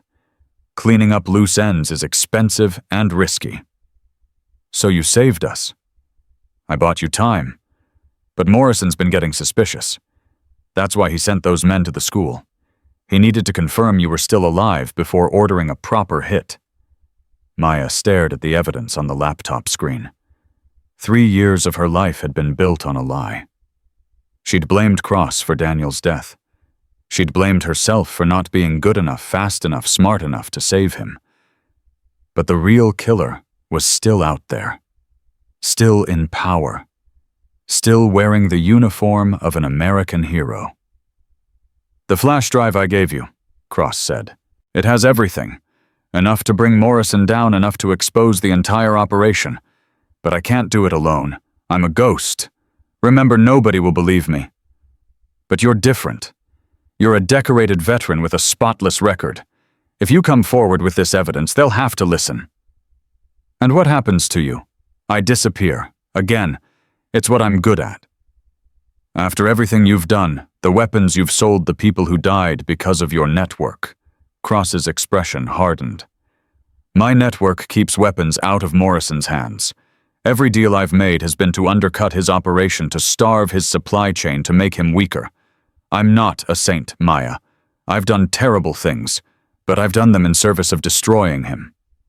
The ends justify the means. In this case, yes. Cross met her eyes. You can hate me. You probably should. But right now, I'm the only ally you have who knows Morrison's operation from the inside. Use me. Then when it's over, you can put a bullet in me yourself if it makes you feel better. Maya's phone buzzed. Unknown number. She answered. Maya Torres. The voice was male, authoritative, familiar. Or should I call you Phantom? Her blood turned to ice. Morrison. I'm impressed you figured it out. Most people never do. Where are you? Close enough.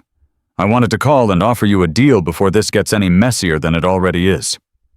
What kind of deal? Walk away. Take your daughter and disappear. I'll provide new identities, enough money to live comfortably for the rest of your lives. In exchange, you forget everything Cross told you. You forget Yemen. You forget Daniel. You're asking me to let you get away with murder. I'm asking you to be practical. You can't win this, Maya. I have resources you can't imagine. Political connections that go all the way to the White House. Military assets at my disposal. You're one woman with a handful of burned operators and a traitor who's been lying to you for 3 years. Cross saved our lives in Yemen. Cross is a sociopath who manipulates everyone around her. Whatever she told you tonight, I guarantee she left out the parts that make her look bad. Maya glanced at Cross, who was listening with a carefully neutral expression. Here's my counteroffer, Maya said. Turn yourself in. Face justice for what you've done. Maybe you'll get a cell with a window. Morrison laughed. I expected that. Just like I expected you to meet with Cross tonight. Just like I expect you to try something stupid in the next few days. His voice hardened. But here's what you didn't expect. I know where your daughter is. Maya's heart stopped. Sarah Chen's apartment, 3rd floor. Elena is asleep in the 2nd bedroom. There are 2 guards outside and 1 in the living room. My men are in position. 1 phone call Maya. That's all it takes. If you touch her, I don't want to touch her. I want you to be reasonable. Walk away. Forget this crusade. Let me continue my work in peace and Elena grows up safe and happy. How do I know you won't come after us anyway? You don't. But you know what happens if you refuse. Think about it, Maya. Is revenge worth your daughter's life? The line went dead. Maya was already dialing. Bear answered on the 1st ring.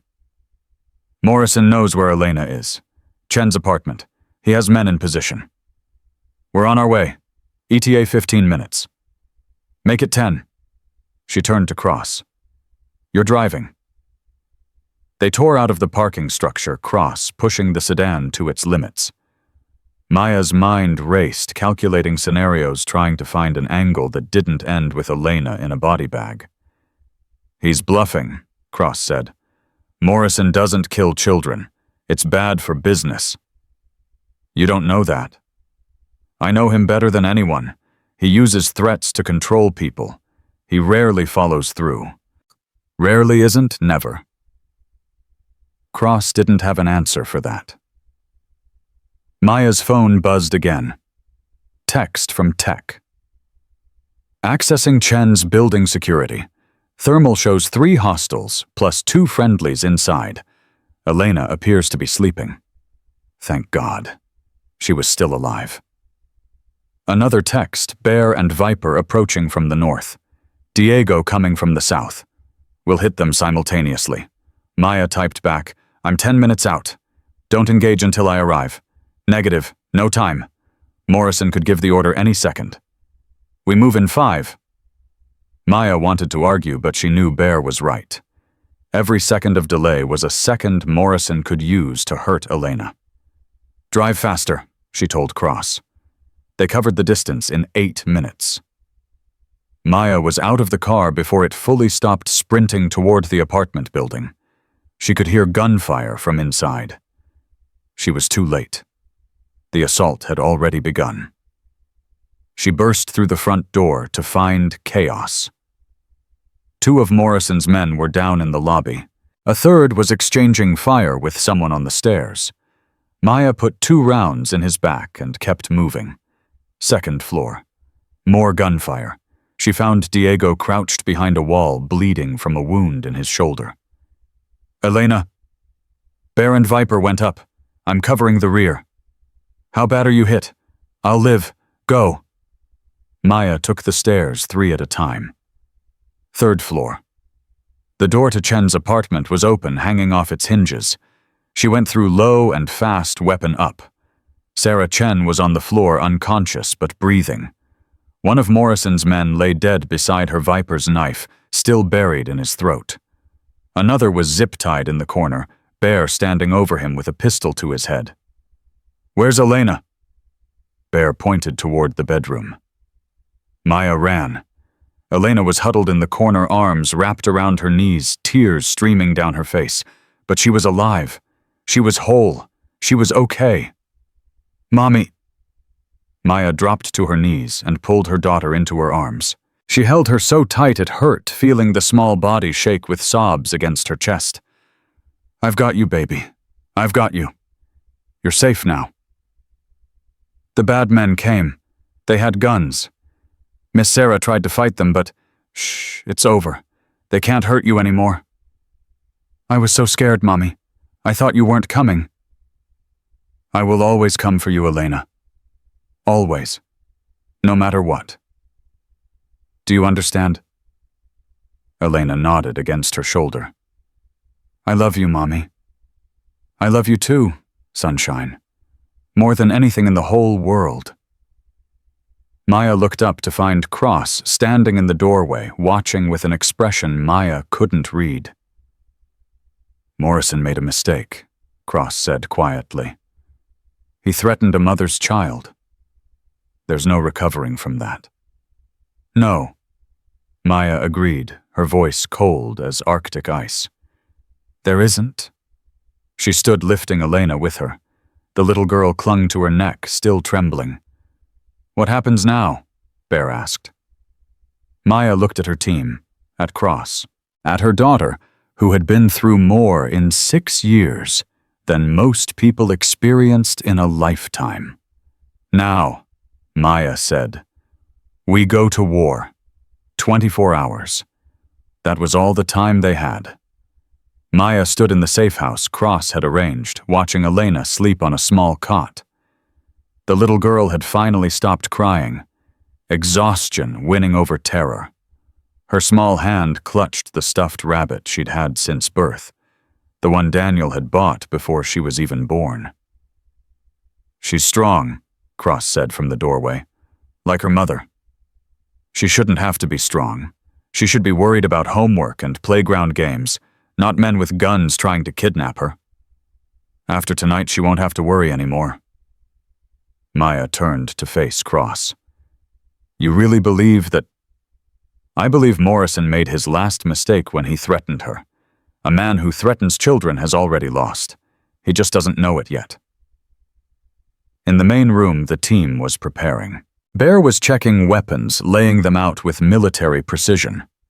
Viper was on her laptop, studying satellite imagery of Morrison's compound. Tech was running communications checks. Diego, his shoulder bandaged, but functional, was preparing medical supplies. "Okay," Bear said when Maya joined them. "Here's what we know. Morrison is at his private estate in Aspen. 15-acre property, 12-man security team, state-of-the-art surveillance systems. He thinks he's untouchable." "He's wrong," Viper said. "I've found 3 blind spots in his camera coverage. Here, here, and here." She pointed at the screen. "If we time it right, we can get a 2-person team inside without being detected. 2 people against 12 guards. Tech shook his head. "Those aren't great odds."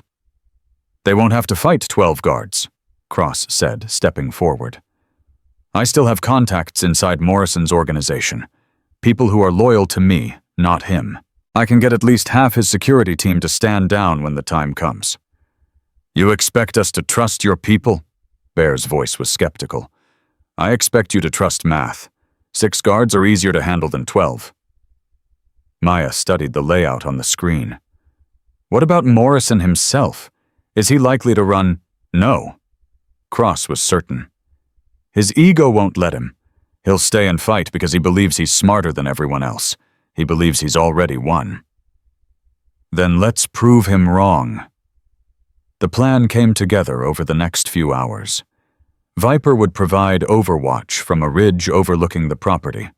Tech would handle electronic warfare, disabling Morrison's communications and surveillance systems. Diego would wait with a vehicle for extraction and emergency medical support. Bear and Maya would go in together, just like the old days. And Cross would be their inside woman, coordinating with her loyalists to create chaos at the critical moment. "One thing," Maya said before they dispersed to prepare. "Morrison is mine. Whatever happens in there, however this goes down, I'm the one who ends it." Nobody argued. At 2 a.m. they moved out. Elena stayed at the safe house with Sarah Chen, who had recovered from her injuries and insisted on helping. Marcus Webb was there too, his old revolver cleaned and loaded standing guard like he had 40 years ago in Korea. "You come back to that little girl," Webb told Maya before she left. "You hear me? She needs her mother." "I hear you." "And when you find the bastard who did all this, you make him pay. For Daniel, for all of them." "I will." The drive to Aspen took 3 hours. They arrived at 5 a.m., the sky still dark, the mountains silent and cold. Viper split off to find her position. Tech set up in a van half a mile from the property. Diego parked the extraction vehicle at the designated point. Maya and Bear approached on foot, moving through the forest like shadows, just like old times, Bear whispered. Except we're older and slower. Speak for yourself. I've been training. In a diner kitchen. Hey, those grease fires are no joke. Despite everything, Maya almost smiled. Bear had always known how to cut tension with humor. It was one of the things she'd missed most about him. They reached the perimeter at 5:47 a.m. Tech's voice came through the earpiece. Okay, I'm in their system. Cameras are looping. You've got a 3-minute window before the pattern becomes obvious. Go. They went. The first blind spot was a section of fence near the service entrance. Bear cut through the wire while Maya covered him. They slipped through and moved toward the main house. 2 guards at the rear door, Viper reported. Stationary. They're not expecting company. Cross, are your people ready? On my signal. Maya and Bear reached the corner of the house. The 2 guards were visible 20 meters away, smoking cigarettes and looking bored. Now cross! Inside the house, something happened. Shouts. Gunfire. The 2 guards spun toward the noise, reaching for their weapons. They never got the chance. Maya and Bear moved as one. 2 shots perfectly synchronized. 2 guards down. They stepped over the bodies and entered the house. Chaos had erupted inside. Cross's loyalists had turned on Morrison's men, and a firefight was raging through the ground floor. Maya used the confusion to move, heading for the stairs, heading for Morrison's private office on the 3rd floor. Bear, cover the stairs. Nobody comes up behind me. Copy that. Go get him. Maya climbed. 2nd floor clear. 3rd floor, 2 guards at the end of the hallway. She dropped them both before they could raise their weapons. The door to Morrison's office was reinforced steel, locked from the inside. Morrison! Maya pounded on the door. It's over. Your security is down. Your network is compromised. Open this door. Silence. I have the evidence, James. Everything cross-gathered. Bank records, communications, the names of every politician and general you've bribed. It's already been uploaded to secure servers. If I don't walk out of here alive, it goes public in 6 hours. More silence. Then the sound of locks disengaging. The door swung open. Admiral James Morrison stood behind his desk, a pistol in his hand. He was older than Maya remembered, his hair silver, now his face lined with age. But his eyes were the same. Cold. Calculating. The eyes of a man who had sent hundreds of soldiers to their deaths for profit. Maya Torres. His voice was calm. Or should I say Lieutenant Commander Torres? I always forget you made rank before you left. Put down the weapon, Morrison. You know I can't do that. He gestured with the pistol. Close the door. We should talk privately. Maya stepped inside, keeping her own weapon trained on his chest. The door clicked shut behind her. You've caused me a great deal of trouble, Morrison said. 3 years of careful planning undone in a matter of days. I have to admit I'm impressed. I'm not here for your admiration. No, I suppose you're not. You're here for revenge, for Daniel, for all the others. Morrison shook his head. You know, I actually liked Daniel. He was a good man, loyal, dedicated. It was a shame he had to die. You ordered his death. I ordered the elimination of a threat to national security. Daniel had discovered information that could have destabilized the entire defense infrastructure of this country. Billions of dollars in contracts, thousands of jobs, relationships with allies that took decades to build. Morrison's voice hardened. One man's life against all of that. The math was simple. The math? Maya's gun didn't waver. You reduced my husband to math. I reduced him to what he was, a variable, an obstacle. Just like you're an obstacle now. Then why am I still alive? Because you're useful. Or you could be. The network I built is damaged, but not destroyed. With the right leadership, it could be rebuilt. Better than before. You're offering me a job. I'm offering you a partnership. Think about it, Maya. You have skills connections, a team of highly trained operators who would follow you anywhere. We could accomplish things together that neither of us could accomplish alone. You killed my husband. I made a business decision. One that I regret, if that helps. Daniel was valuable. His death cost me more than you know. It cost me everything. Then let me give you something back. Money, power, resources. Enough to ensure Elena never wants for anything. Enough to build whatever life you want, wherever you want. Maya was quiet for a long moment. Morrison watched her hope flickering in his cold eyes. You really don't understand, do you? Maya said finally. You think everyone is like you. You think everyone can be bought. You think everything is just numbers and leverage and acceptable losses. Isn't it? No. Some things are sacred. Some things are worth dying for. Love, family, honor. Maya's voice dropped. Daniel understood that. It's why he confronted you even knowing it might kill him. Because some things matter more than survival. Morrison's expression hardened. Sentiment. That's what got Daniel killed. That's what's going to get you killed. Maybe, but at least I'll die knowing I stood for something. Morrison raised his pistol. I'm sorry it has to end this way. I really am. So am I. Maya moved.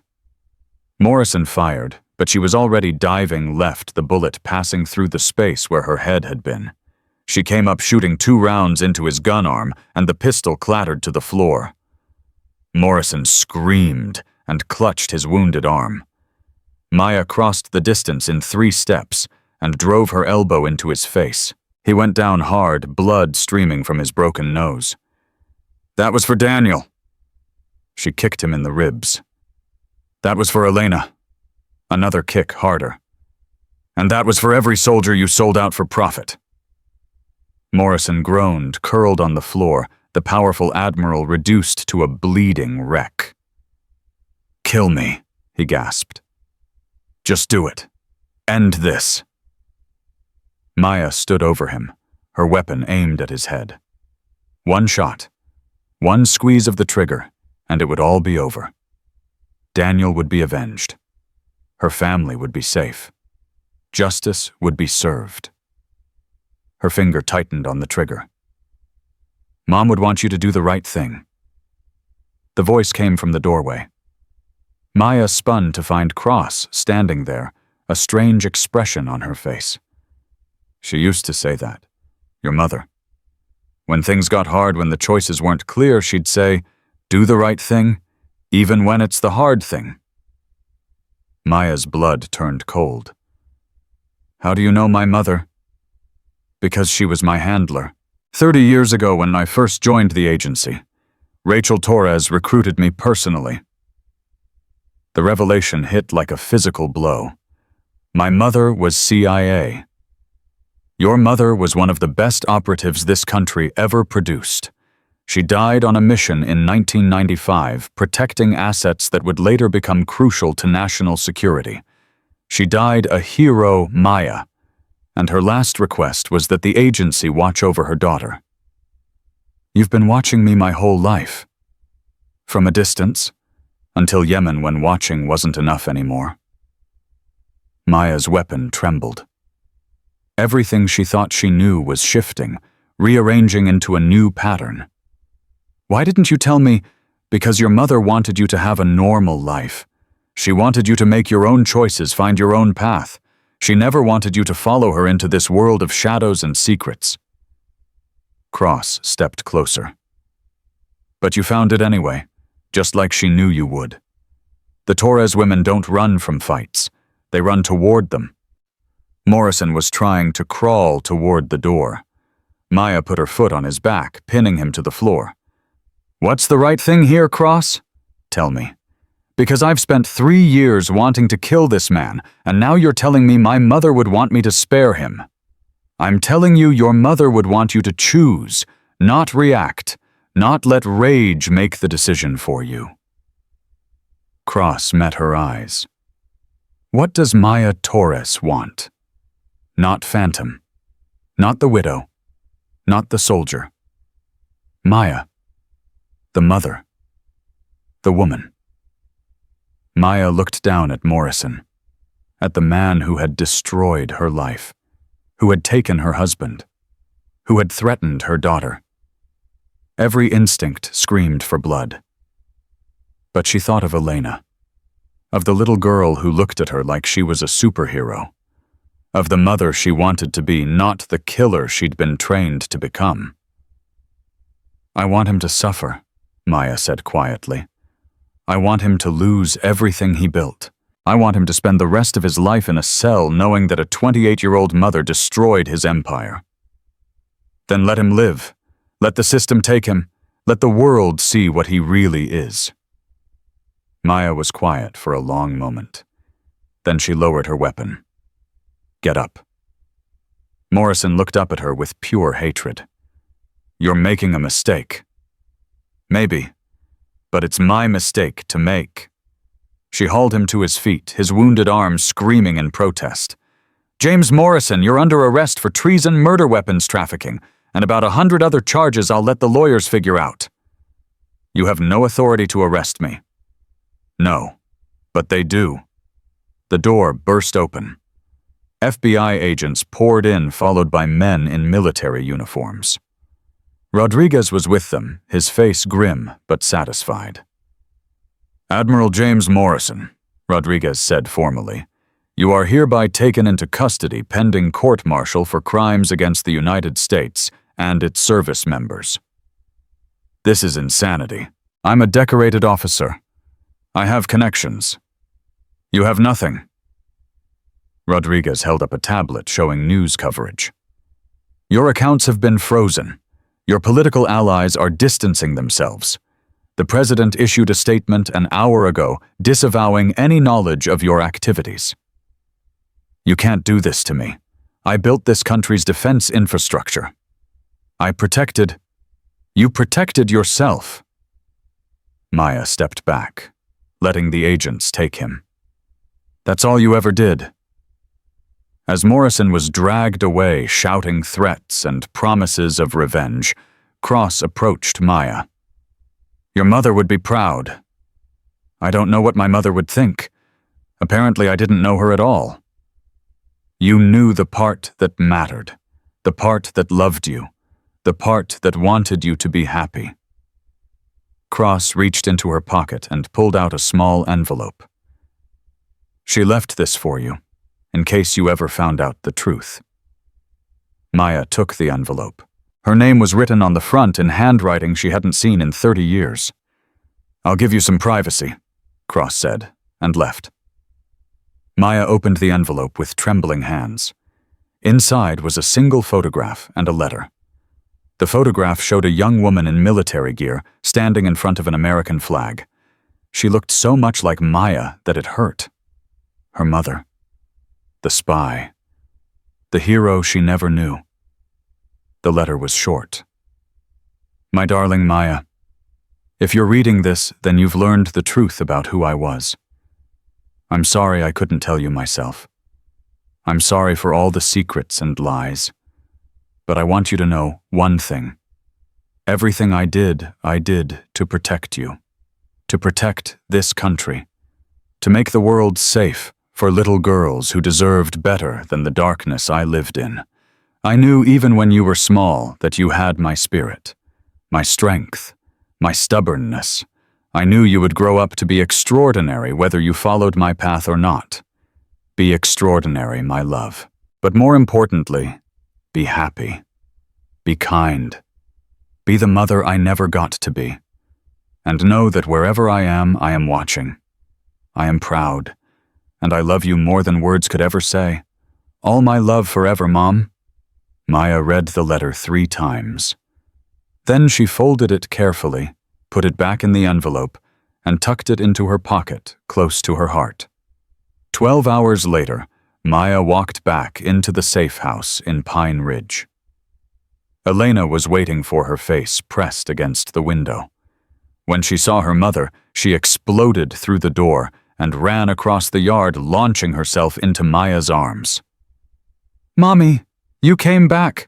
I told you I would, Sunshine. I will always come back." "Is it over? Are the bad men gone?" Maya held her daughter close, feeling the small heart beating against her own. "The bad men are gone, baby. They're never going to hurt us again." "Promise. Promise." They walked inside together, hand in hand. The team was there. Bear and Viper Tech and Diego, Sarah Chen and Marcus Webb. Even Cross, standing awkwardly in the corner, like she wasn't sure she belonged. "So," Bear said, breaking the silence, "what now?" Maya looked around at these people. Her family. The ones who had fought beside her, protected her daughter, helped her bring down an empire of corruption and lies. "Now," she said, "we live, we heal, we figure out who we are when we're not fighting." "That sounds boring," Viper said with a small smile. "Boring sounds pretty good right now." Elena tugged on Maya's sleeve. "Mommy, yes, baby, can we get a dog?" Despite everything, despite the exhaustion and the trauma and the weight of all they'd been through, Maya laughed, a real laugh from somewhere deep inside, the kind she hadn't made in years. "Yeah, Sunshine, we can get a dog. A big one, the biggest." Elena's face lit up with pure joy, and in that moment Maya knew that everything they'd sacrificed, everything they'd risked, had been worth it. 6 months later, life in Pine Ridge had found a new rhythm. Maya still worked at the elementary school, but now everyone knew who she really was. Parents who had once barely noticed her now nodded with respect when she passed. Children whispered that Miss Torres was secretly a superhero. Elena had become the most popular kid in first grade, not that she understood why. The team had scattered, but not far. Bear opened a small security consulting firm in Denver. Viper got a job as a park ranger in the mountains, where she could be alone with the wilderness she loved. Tech was teaching computer science at the local community college. Diego expanded his free clinic, helping veterans and their families with medical care and counseling. Cross had disappeared, as she always did, but she left behind a trust fund for Elena's education, anonymously funded enough to send her to any college in the country. Morrison was awaiting trial in a military prison. The evidence against him was overwhelming. He would never see freedom again. On a warm spring evening, Maya sat on her porch watching Elena play in the yard with their new dog, a massive Great Dane named Thunder. The name had been Elena's idea. Her phone buzzed. "Rodriguez. The committee wants to give you the Medal of Honor. Classified ceremony, of course, but full recognition for everything you've done." "I don't need a medal." "Maybe not, but your country needs heroes, Maya, even secret ones." Maya watched Elena throw a ball for Thunder, laughing as the giant dog bounded after it with clumsy enthusiasm. "I have everything I need, James. Right here."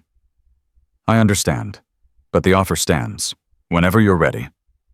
"I know." She hung up and walked down to join her daughter in the yard.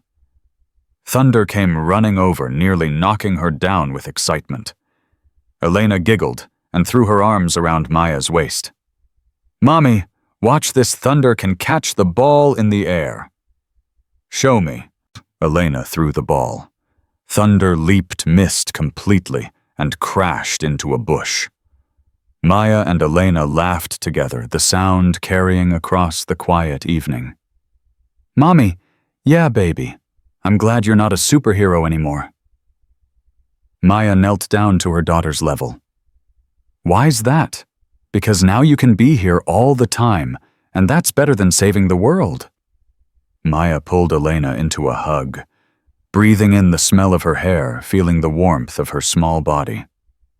You know what, Sunshine, you're absolutely right. Because in the end, Maya Torres had learned something that all her training had never taught her. The greatest victory wasn't defeating enemies or dismantling empires. It wasn't medals or recognition or the respect of nations. The greatest victory was this: a warm evening, a laughing child, a dog too clumsy to catch a ball, a life simple enough to be extraordinary. 3 years ago, she had been Phantom, a ghost, a weapon disguised as a woman. Now she was just Maya. A mother, a teacher's aide, a woman who had walked through fire and come out the other side scarred, but whole, broken, but rebuilt. She had picked up a gun to protect her daughter, and she had put it down to raise her.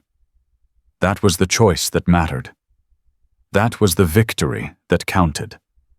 And as the sun set over Pine Ridge, painting the mountains gold and purple, Maya Torres held her daughter close and finally truly, completely let herself feel peace. The war was over. The soldier had come home. And home, she finally understood, was not a place. It was a 6-year-old girl with her father's eyes and her mother's stubborn spirit. It was love strong enough to fight for. It was a future worth living. The end.